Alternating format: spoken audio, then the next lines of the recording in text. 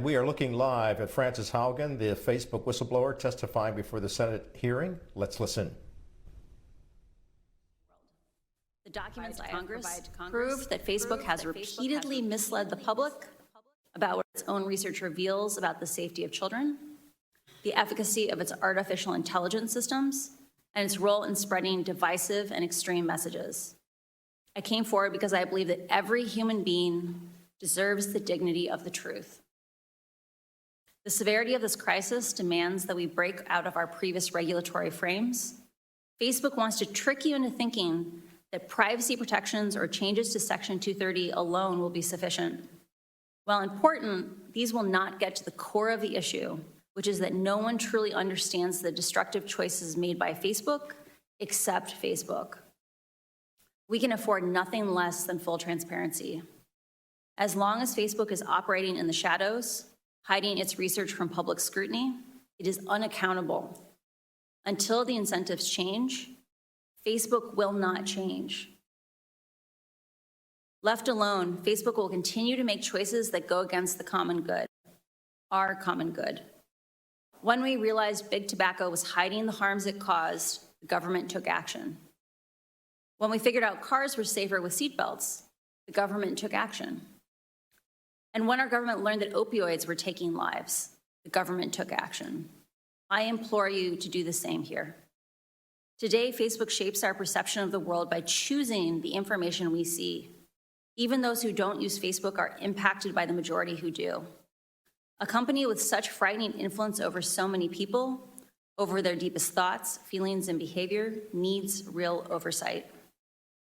But Facebook's closed design means it has no real oversight. Only Facebook knows how it personalizes your feed for you. At other large tech companies like Google, any independent researcher can download from the internet the company's search results and write papers about what they find. And they do. But Facebook hides behind walls that keeps researchers and regulators from understanding the true dynamics of their system. Facebook will tell you privacy means they can't give you data. This is not true. When tobacco companies claimed that filtered cigarettes were safer for consumers, scientists could independently invalidate these marketing messages and confirm that, in fact, they posed a greater threat to human health. The public cannot do the same with Facebook. We are given no other option than to take their marketing messages on blind faith. Not only does the company hide most of its own data, my disclosure has proved that when Facebook is directly asked questions as important as, how do you impact the health and safety of our children, they mislead and they choose to mislead and misdirect. Facebook has not earned our blind faith. This inability to see into Facebook's actual systems and confirm how they work is communicated and confirm that they work as communicated is like the Department of Transportation regulating cars by only watching them drive down the highway. Today, no regulator has a menu of solutions for how to fix Facebook because Facebook didn't want them to know enough about what's causing the problems. Otherwise, there wouldn't have been need for a whistleblower. How is the public supposed to assess if Facebook is resolving conflicts of interest in a way that is aligned with the public good if the public has no visibility into how Facebook operates? This must change. Facebook wants you to believe that the problems we're talking about are unsolvable. They want you to believe in false choices. They want you to believe that you must choose between a Facebook full of divisive and extreme content or losing one of the most important values our country was founded upon, free speech. That you must choose between public oversight of Facebook's choices and your personal privacy. That to be able to share fun photos of your kids with old friends, you must also be inundated with anger-driven virality. They want you to believe that this is just part of the deal. I am here today to tell you that's not true. These problems are solvable. A safer, free speech respecting, more enjoyable social media is possible. But there's one thing that I hope everyone takes away from these disclosures. It is that Facebook can change, but is clearly not going to do so on its own. My fear is that without action, Divisive and extremist behaviors we see today are only the beginning. What we saw in Myanmar and are now seeing in Ethiopia are only the opening chapters of a story so terrifying, no one wants to read the end of it. Congress can change the rules that Facebook plays by and stop the many harms it is now causing. We now know the truth about Facebook's destructive impact. I really appreciate the seriousness which the members of Congress and the Securities and Exchange Commission are approaching these issues. I came forward at great personal risk because I believe we still have time to act. But we must act now. I'm asking you, our elected representatives, to act. Thank you. Thank you, Ms. Haugen. Thank you for taking that. And that is the opening statement from Frances Haugen, the Facebook whistleblower, who stated that every human being deserves the dignity of understanding the truth. We can afford nothing less than full transparency. And she talked about, I came forward at great risk to herself personally, but she felt it was time for the country to act, the government to act. We'll be following this story, obviously, throughout the day and more here on DC Today. We'll be right back. And the breaking news right now is that the Facebook whistleblower Frances Haugen is speaking before the Senate subcommittee that's considering what it must do about Facebook. Let's listen in again as she talks about the fact that the government needs to change Facebook, and Facebook will tell you that they cannot give you private data. That is simply not true, she says. Let's watch and listen. Metrics driven. It is intended to be flat. There is no unilateral responsibility. The metrics make the decision. Unfortunately, that itself is a decision. And in the end, if he is the CEO and the chairman of Facebook, he is responsible for those decisions. The buck stops with him. The buck stops with him. And speaking of the buck stopping, you have said that Facebook should declare moral bankruptcy. I agree. Yeah. I think its actions and its failure to acknowledge its responsibility indicate moral bankruptcy. There is a cycle occurring inside the company where Facebook has struggled for a long time to recruit and retain the number of employees it needs to tackle the large scope of projects that it has chosen to take on. Facebook is stuck in a cycle where it struggles to hire. That causes it to understaff projects, which causes scandals, which then makes it harder to hire. Part of why Facebook needs to come out and say, we did something wrong, we made some choices that we regret, is the only way we can move forward and heal Facebook is we first have to admit the truth. Like, the way we'll have reconciliation and we can move forward is by first being honest and declaring moral bankruptcy.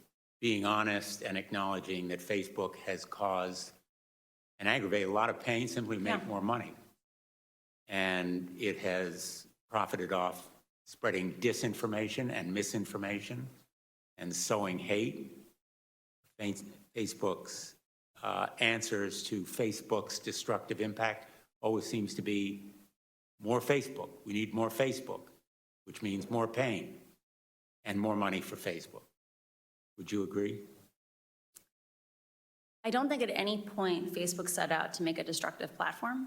I think it is a challenge of that Facebook has set up an organization where the parts of the organization responsible for growing and expanding the organization are separate and not regularly cross-pollinated with the parts of the company that focus on the harms that the company is causing.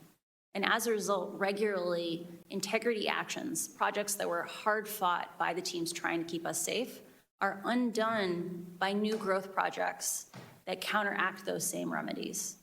So I do think it's a thing of there are organizational problems that need oversight, and Facebook needs help in order to move forward to a more healthy place.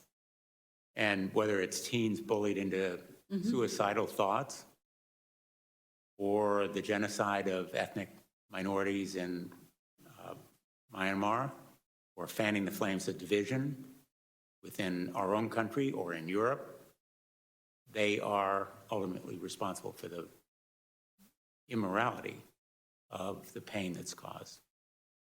Facebook needs to take responsibility for the consequences of its choices. It needs to be willing to accept small trade-offs on profit. And I think just that act of being able to admit that it's a mixed bag is important. And I think that what we saw from Antigone last week is an example of the kind of behavior we need to support Facebook in growing out of, which is instead of just focusing on all the good they do, admit they have responsibilities to also remedy the harm. But Mark Zuckerberg's new policy is no apologies, no admissions, no acknowledgement, nothing to see here. We're going to deflect it and go sailing. I turn to the ranking member. Thank you, Mr. Chairman. Thank you for your testimony. I want to stay with Ms. Davis in some of her comments because I had asked her last week about the underage users. And she had made the comment, I'm going to quote from her testimony, if we find an account of someone who's under 13, we remove them. In the last 3 months, we removed 600,000 accounts of under 13-year-olds, end quote. And I have to tell you, it seems to me that there's a problem if you have 600,000 accounts from children who ought not to be there in the first place. So what did Mark Zuckerberg know about Facebook's plans to bring kids on as new users and advertise to them? There are reports within Facebook that show cohort analyses where they examine at what ages do people join Facebook and Instagram. And based on those cohort analyses, so Facebook likes to say children lie about their ages to get onto the platform. The reality is enough kids tell the truth that you can work backwards to figure out what are approximately the real ages of anyone who's on the platform. When Facebook does cohort analyses and looks back retrospectively, it discovers things like, up to 10 to 15% of even 10-year-olds in a given cohort may be on Facebook or Instagram. Okay, so this is why Adam Mosseri, who's the CEO of Instagram, would have replied to Jojo Siwa when she said to him, oh, I've been on Instagram since I was 8. He said he didn't want to know that. Yeah. So it would be for this reason, correct? A pattern of behavior that I saw at Facebook was that often problems were so understaffed that there was kind of an implicit discouragement from having better detection systems. So, for example, I worked, my last team at Facebook was on the counter-espionage team within the threat intelligence org. And at any given time, our team could only handle a third of the cases that we knew about. We knew that if we built even a basic detector, we would likely have many more cases. Okay, then let me ask you. Sure. Yeah, let me ask you this. So we're hearing and watching an exchange between Senator Marsha Blackburn, who's a Republican on the subcommittee, listening to Facebook whistleblower Frances Haugen describe what's going on in terms of Facebook's influence on teens. She in particular, the senator that is focusing on how this has impacted teen girls and also stating something to the effect that it should not be happening. And the bottom line is, as they continue to listen to this hearing, we will continue to follow the developments of this because Facebook affects all of us. 2.7 billion people at least dial into Facebook on a daily basis. We're listening to Facebook whistleblower Frances Haugen speaking before the Subcommittee on Consumer Protection, Product Safety, and Data Security. I want to really stress real quickly here that we are hearing Republicans question her from a line of protecting our kids online testimony from the Facebook whistleblower, but we also heard the Democrat chairman of this subcommittee, Senator Richard Blumenthal, discuss the fact that Facebook has also led to hate groups using speech that led to problems in Myanmar and Ethiopia and also unsettling here in the United States. Let's listen in. Say that Instagram made their thoughts of suicide worse. What did they do? They proposed Instagram for Kids, which has now been put on pause because of public pressure. When they found out that their algorithms are fostering polarization, misinformation, and hate, that they allowed 99% of their violent content to remain unchecked on their platform, including lead up to the January 6th insurrection. What did they do? They now, as we know, Mark Zuckerberg's going sailing and saying no apologies. I think the time has come for action, and I think you are the catalyst for that action. You have said privacy legislation is not enough. I completely agree with you. But I think you know we have not done anything to update our privacy laws in this country, our federal privacy laws. Nothing, zilch, in any major way. Why? Because there are lobbyists around every single corner of this building that have been hired by the tech industry. We have done nothing when it comes to making the algorithms more transparent, allowing for the university research that you referred to. Why? Because Facebook and the other tech companies are throwing a bunch of money around this town and people are listening to them. We have done nothing significantly past, although we are on a bipartisan basis working in the antitrust subcommittee to get something done on And that consolidation. right there is the voice which you of Senator understand Amy allows the Klobuchar dominant talking about how Facebook to needs to be held control accountable lobbyists and like they need to be bullies more in the neighborhood. transparent. Happening right now, a Senate hearing examining how social media is affecting teens and children. Here's a live look at that hearing right now taking place. The Senate Subcommittee on Consumer Protection, Product Safety, and Data Security is hearing testimony from former Facebook employee Frances Haugen. She is the whistleblower, and she is testifying today that the social media company knows how to make its platform safer.